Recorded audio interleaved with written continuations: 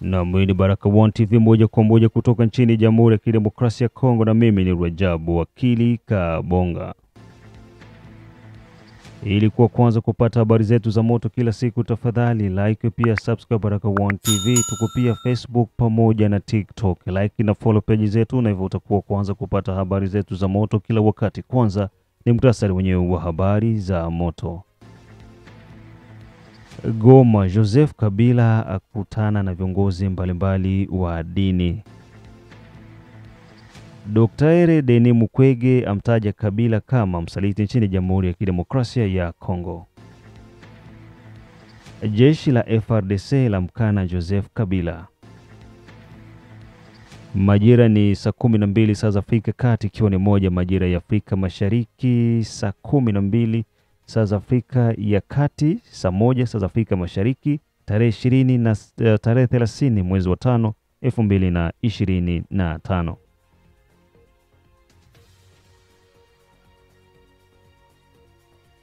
Endelea kufuatilia Baraka1 TV channel 2 ambako utakutana na baadhi ya matukio yanayozidi kuendelea nchini Jamhuri ya Kidemokrasia ya Kongo, na pia usisahau tu kwamba Operation Saidia Mzalendo bado inaendelea, na kama hujangana na operation hiyo, tafadhali tumia namba zetu ambazo kunaziona hapo kwa screen ili uweze kuwasiliana na Baraka1 TV, na moja kwa moja tunaanza taarifa hizi kutoka ndani ya jiji la Goma. Joseph Kabila kutanana na viongozi mbalimbali wa dini ndani ya jiji la Goma.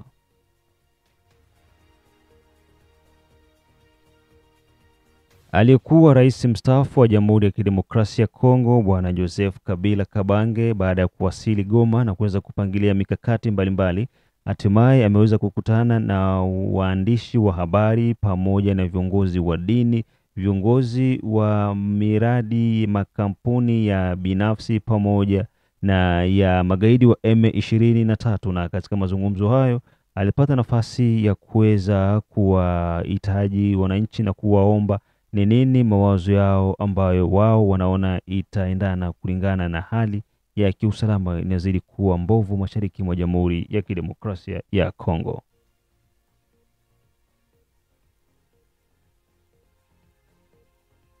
Katika mipangilio yake ya mikutano hiyo, Bwana Joseph Kabila aliweza kuwataka kuwasikiliza kwanza wananchi wanamwambia kitu gani, na baada ya mkutano huo kiongozi wa dini ambaye aliweza kuwakilisha wengine alisema maneno yafuatayo: tuliweza kumtaka Bwana Rais mstaafu Joseph Kabila Kabange aweze kubaki kama mshauri, na kupata amani ndiyo suluhisho pekee ambalo tunalitaka, na tumemshauri asiweze kuendelea na harakati zozote zile za kuyumbisha usalama nchini Jamhuri ya Kidemokrasia ya Kongo. Mengi na zaidi, huyu hapa msemaji wa viongozi wa kidini.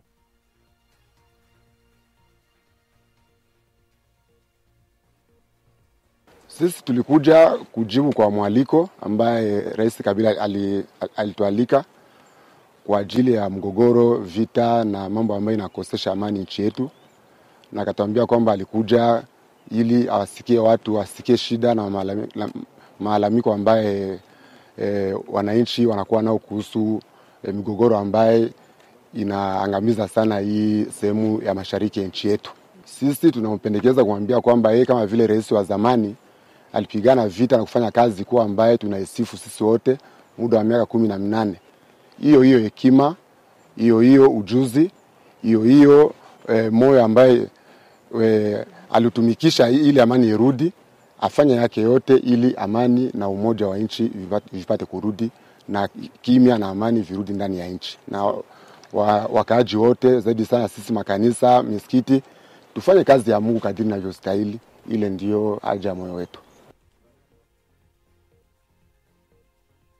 Utafahamu tu kwa sasa Joseph Kabila Kabange aliweza kuingilia ndani ya jiji la Goma akitokea nchini Rwanda, na ni baada ya mahakama kuweza kuhitaji seneti iweze kumvua kinga na kuweza kuanza moja kwa moja kumfuatilia kisheria. Joseph Kabila ameweza kuvuliwa kinga ya kuwa useneta, na hivyo sio seneta tena, na yuko huru, yuko wazi. Na sasa serikali ya Jamhuri ya Kidemokrasia ya Kongo ipo kwenye michakato ya kuweza kutoa barua ya kukamatwa kwa Joseph Kabila Kabange.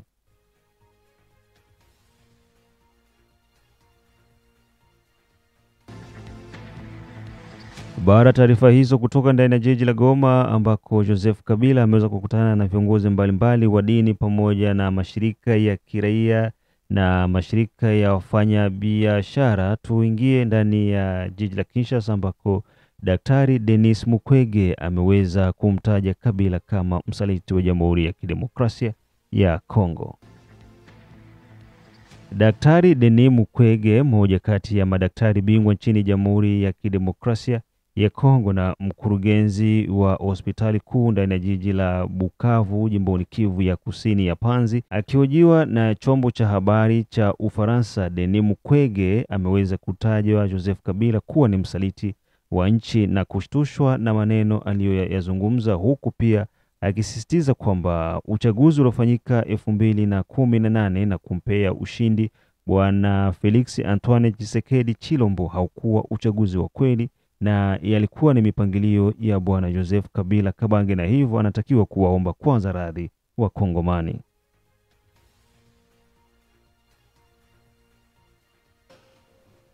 Sa déclaration m'avait tout à fait déçu, puisque je crois qu'après ce qui s'était passé en 2018, où nous savons très bien que c'était un deal à l'africaine, comme l'avait dit le ministre des Affaires étrangères française, M. Le Drian, ces deals, on ne nous a jamais dit en réalité, il s'agissait de quoi? Nous savons que ce n'est pas Félix Tshisekedi qui avait gagné les élections. Nous savons que M. Kabila a choisi en fait son successeur. Et aujourd'hui, il revient en disant, voilà, j'avais fait une passation pacifique du pouvoir, mais là je vais le reprendre. Et quand vous lisez les discours, vous voyez très bien qu'il vient, comme vous l'avez dit, il est prêt à faire un sacrifice suprême pour reprendre le pouvoir. Moi je me dis, c'est quelle façon d'agir? Est-ce que le Congo appartient à des individus? Ils devraient d'abord présenter les excuses aux Congolais, parce que je crois que ce qui s'était passé n'était pas normal, que le peuple vote et que vous décidez de faire un deal. Deuxièmement, je pense qu'il devrait expliquer au peuple congolais quel était le contenu de cet accord qu'il a fait avec Félix Tshisekedi. Il dit qu'il le fera après, mais c'est maintenant, c'était l'opportunité de pouvoir expliquer. Et je pense qu'il décrit ce qu'il avait fait de très très brillant, mais moi j'ai beaucoup de questions par rapport à son bilan. Le bilan qu'il attribue à son successeur. Il parle de dictature, de tyrannie. Bon, je crois qu'il y a beaucoup de choses qui sont vraies dans sa description, même s'il y a de petites exagérations, mais il devrait aussi assumer ces bilans désastreux, c'est lui qui a choisi et il nous a jamais dit pourquoi, et probablement que Félix Tshisekedi, il faisait tout simplement le programme qu'on lui a demandé de faire, puisque moi je ne vois pas beaucoup de différence entre ce que Kabila faisait et ce que Félix est en train de faire. Il est vrai que la corruption a pris quand même des dimensions très très inquiétantes pendant ses pouvoirs. Alors, le Sénat a levé l'immunité parlementaire de Joseph Kabila, l'accusant de collusion avec l'ennemi, et le régime, y compris le président, l'a accusé nommément d'être en fait la marionnette de Paul Kagame, le président du Rwanda. Est-ce que pour vous, Joseph Kabila agit en service commandé pour Paul Kagame? Son discours est clair. De toute façon, il n'a pas dénoncé le président rwandais comme agresseur, alors que nous avons la résolution 2713 qui demande au Rwanda de quitter la République démocratique du Congo, et ceci sans condition. Il n'a pas fait allusion à ça. Et pour moi, et puis il est entré par le Rwanda, pour moi, ce sont des signes qui ne trompent pas. Donc je dois dire que ce qu'il est en train de faire, c'est du déjà vu. Utafahamu Denis Mukwege ni moja kati ya watu muhimu sana nchini Jamhuri ya Kidemokrasia ya Kongo, na mwaka huo na yeye pia aliwahi kuwa mgombea katika kiti cha uraisi 2023 na hivyo kuweza kuambulia kupoteza katika uchaguzi uliofanyika 2023.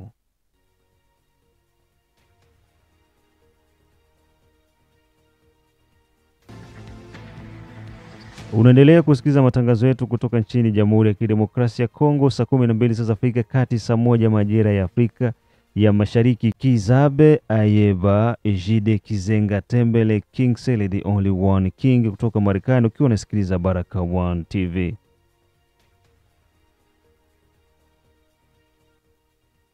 Unasikiliza Baraka One TV kutoka USA, kutoka Europe, kutoka Australia, kutoka Canada, kutoka Central pamoja na East Africa, na pia wale ndugu zetu ambao wako South Africa wanazidi kufuatilia Baraka One TV kwa ukaribu zaidi.